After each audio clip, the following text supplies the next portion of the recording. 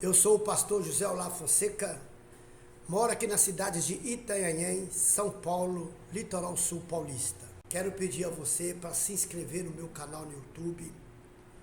Eu tinha um canal anterior que tinha 36 milhões de acessos. Este canal estava em 227 países, estava com quase 90 mil inscritos.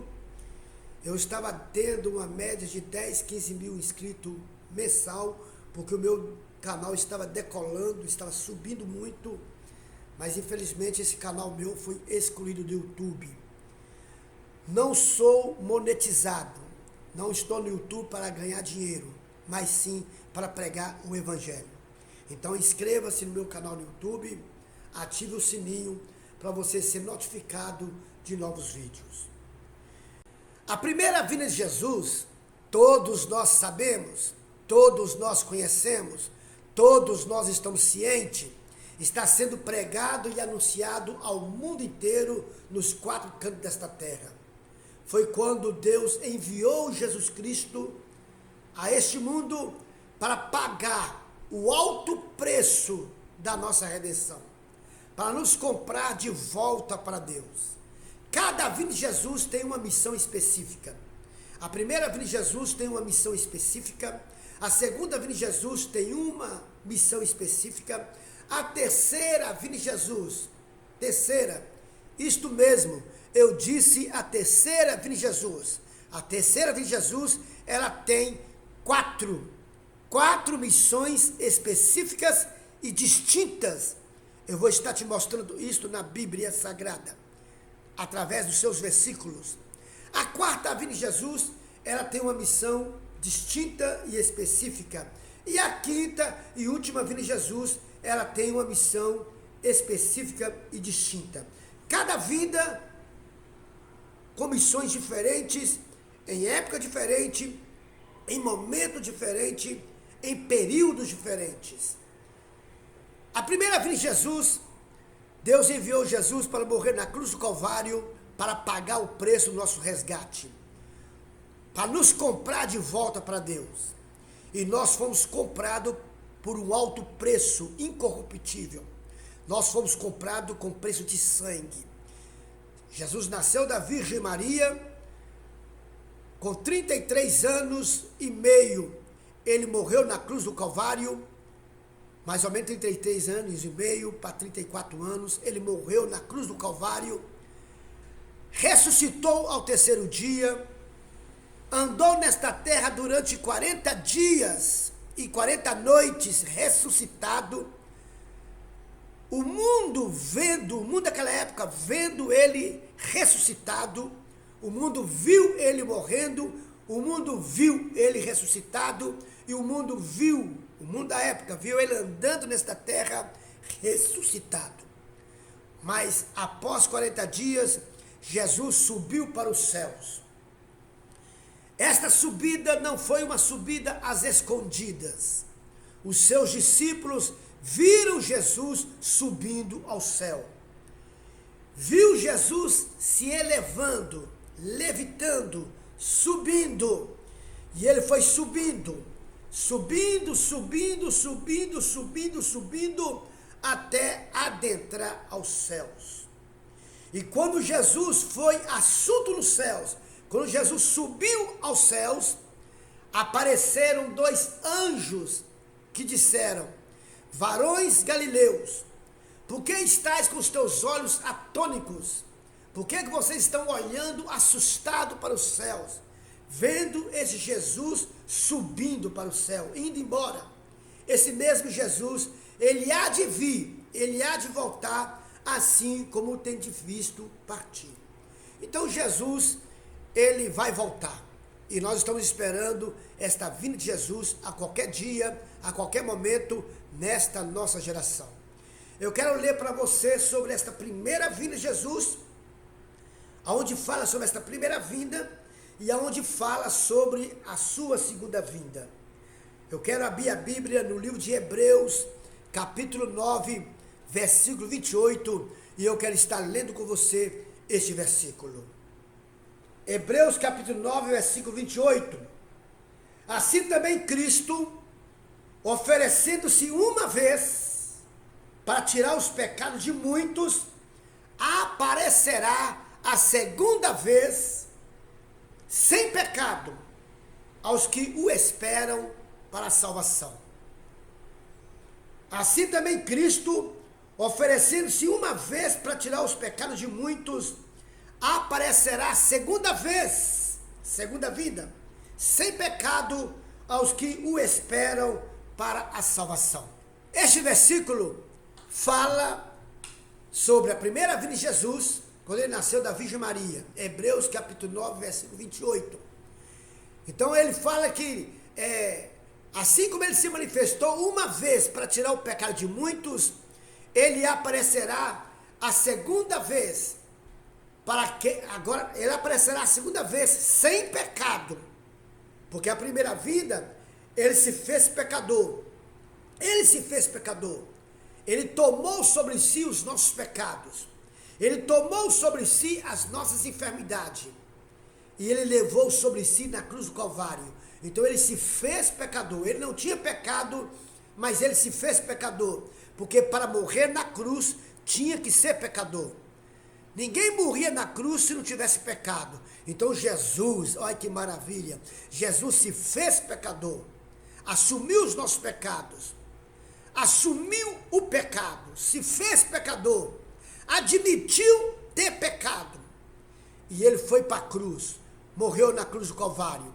Então, assim como ele se manifestou uma vez para tirar o pecado de muitos, ele se manifestará a segunda vez, agora sem pecado, para aqueles que o esperam para a salvação.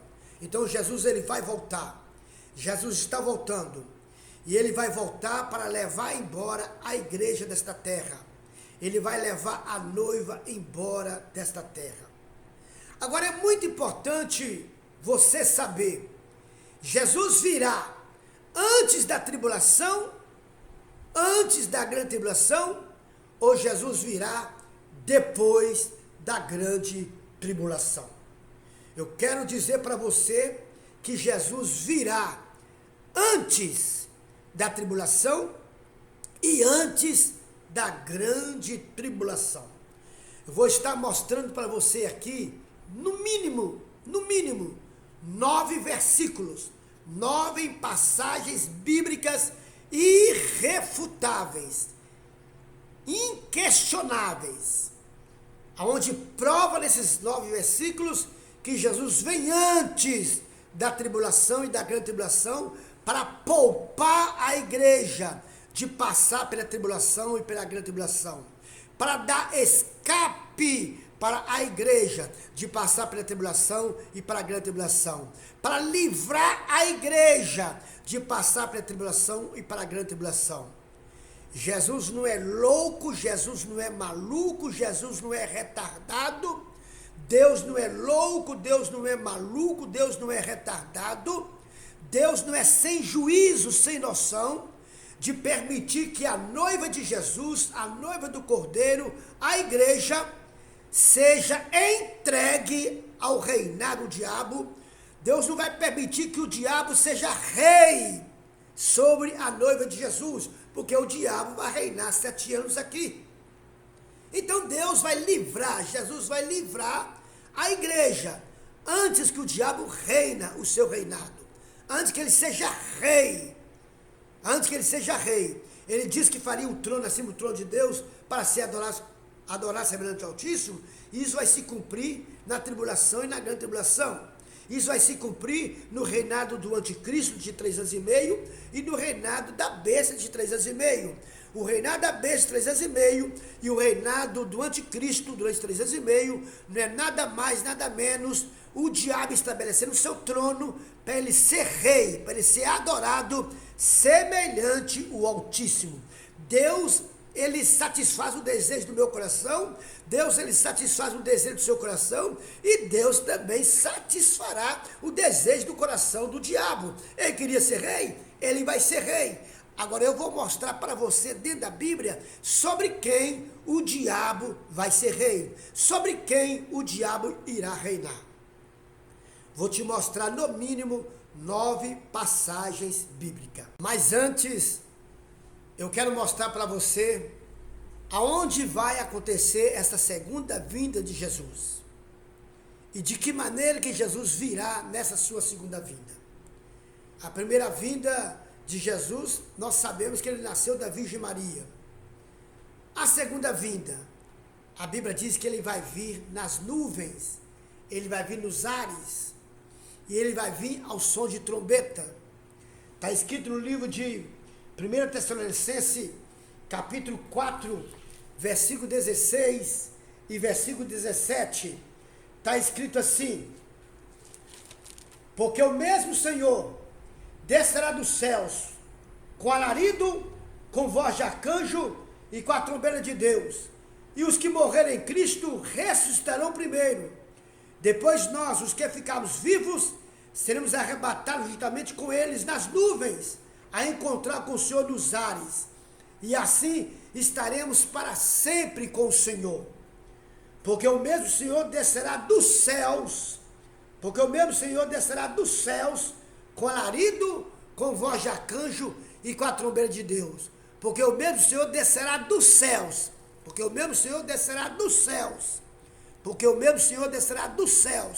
com alarido, com voz de arcanjo e com a trombeta de Deus. Nesta vida aí, Jesus vem na terra. Jesus vem no planeta Terra.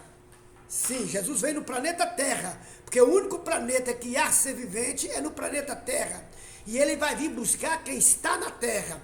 Então ele vai vir no planeta Terra, com uma diferença: ele não desce no solo, ele não pisa no solo, ele não desce até ao chão, porque o mesmo Senhor descerá dos céus, com alarido, com voz de arcanjo e com a trombeta de Deus. Então o Senhor Jesus, ele descerá dos céus até as nuvens. Ele virá sobre as nuvens. Ele vai descer do céu sobre as nuvens. E do céu para baixo, das nuvens para baixo, é planeta Terra. É o planeta Terra. Ele vai vir no planeta Terra.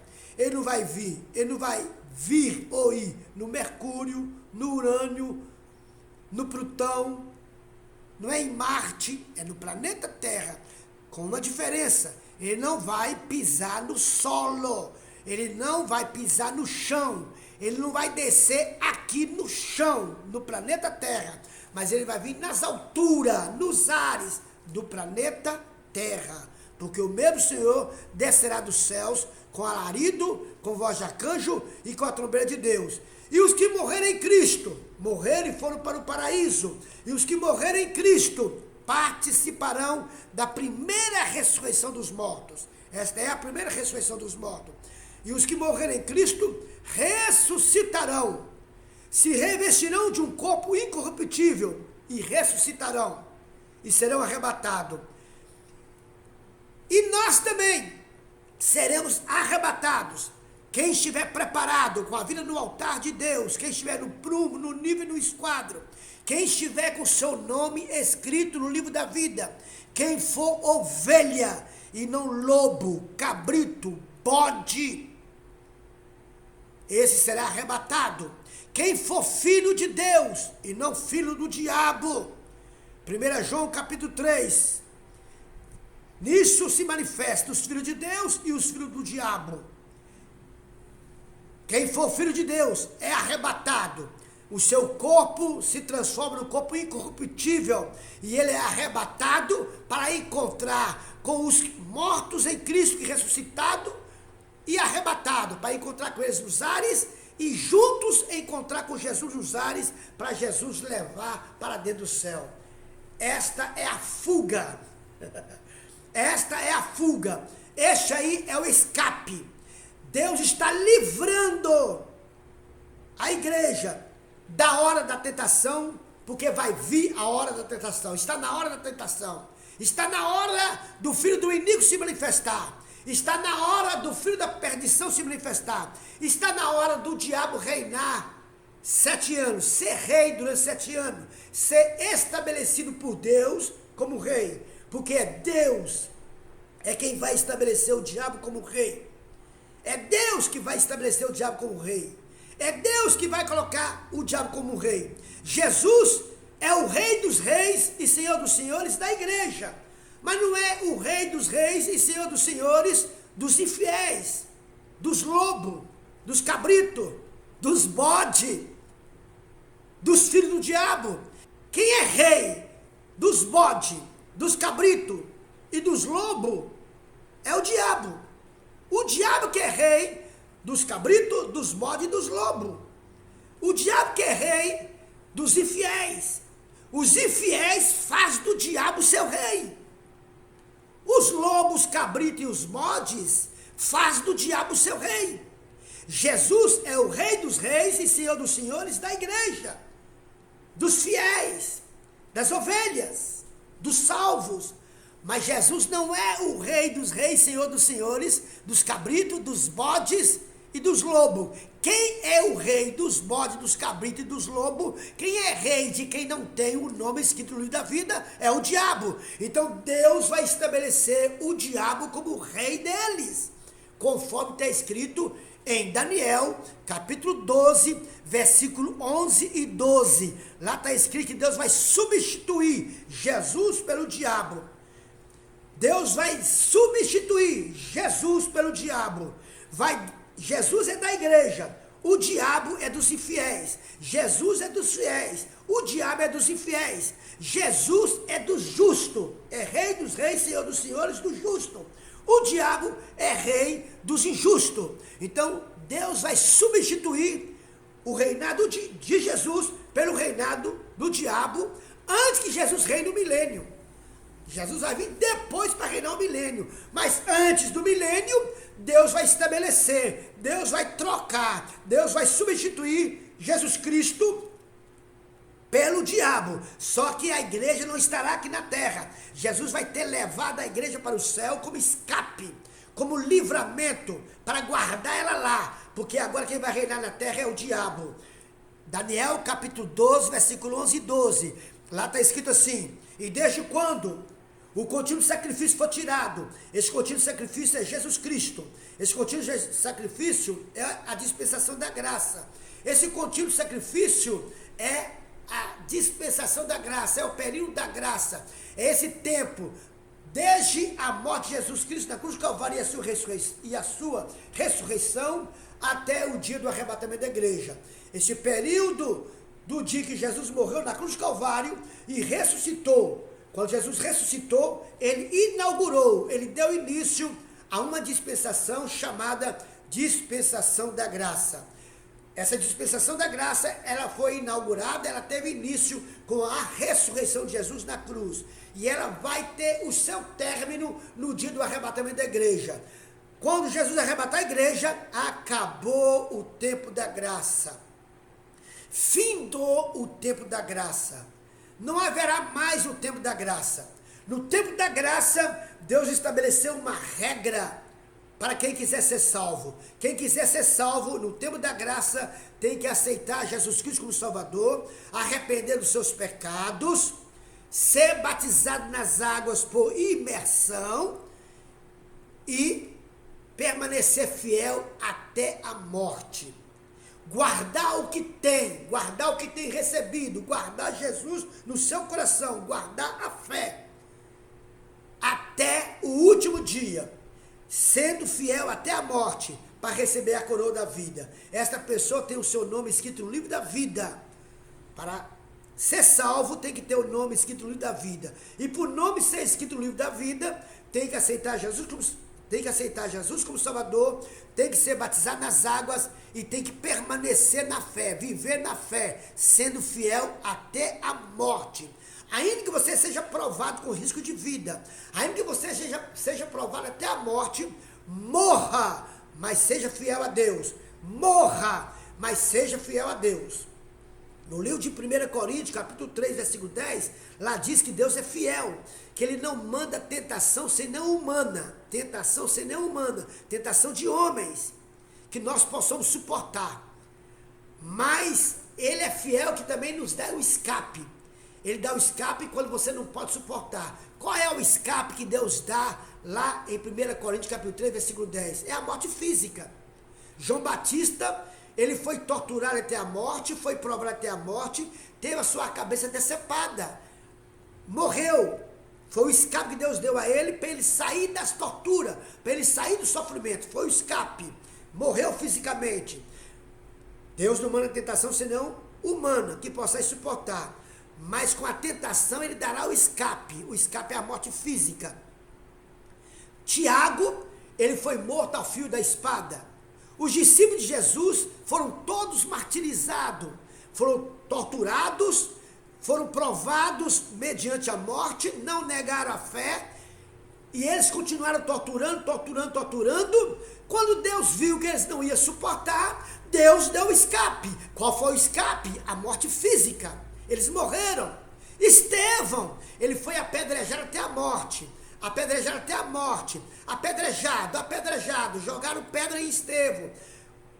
Jogaram pedra para ele negar a Jesus. Ele não negou, não estava aguentando as pedradas. Deus deu escape, morte, ele morreu fisicamente. O escape de 1 Coríntios, capítulo 3, versículo 10, é a morte. É a morte. Se vier uma tentação para mim, se vier uma tentação para você, para te provar sua fé, ainda que te torture, mas é tentação senão humana, tentação de homens, tentações carnais, é o homem nos provando, ainda que ele seja usado pelo diabo, é o homem nos torturando. Mas se nós formos torturados, a ponto de nós não suportarmos, a morte vem e nos recolhe. Deus dá o escape pela morte e nos leva embora daqui. O escape de 1 Coríntios, capítulo 10, versículo 13, é a morte física. Estou batendo esta tecla porque eu vou voltar nesta palavra escape. E você vai ver que haverá um outro escape, que não é a morte física. Haverá um outro escape, que não é a morte física, mas um outro escape. A morte de 1 Coríntios, capítulo 3, versículo 10, é a morte física. Mas Deus é fiel, 1 Coríntios capítulo 3, versículo 10, mas Deus é fiel que não manda sobre vós, não manda para mim, não manda para você, não manda para nós, não manda para a igreja, tentação senão humana, que nós não possamos suportar. Então nós temos condições de suportar. Mas se nós não suportar, se a tortura for tão grande, Ele é fiel que Ele nos dará escape, nos levando embora daqui através da morte física. Mas no arrebatamento haverá um outro escape. Escape para você não ser torturado pela besta. Escape da hora da tentação. E esse escape não é a morte física, é o arrebatamento. Quando Jesus vem nas nuvens, ressuscita todos que estão no paraíso, ele se reverte de um corpo incorruptível, são ressuscitados e sobe.